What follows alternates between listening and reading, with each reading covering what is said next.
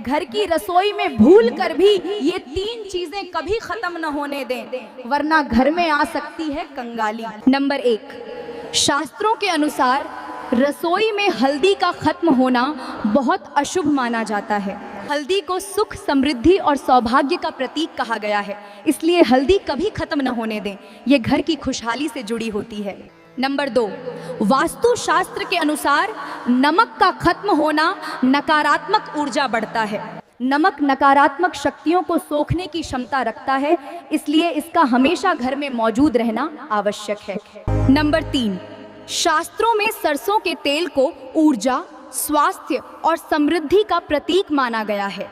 रसोई में सरसों का तेल खत्म होना ये संकेत माना जाता है कि घर में रुकावटें, तनाव और दरिद्रता बढ़ सकती है, इसलिए सरसों का तेल घर में हमेशा रखें।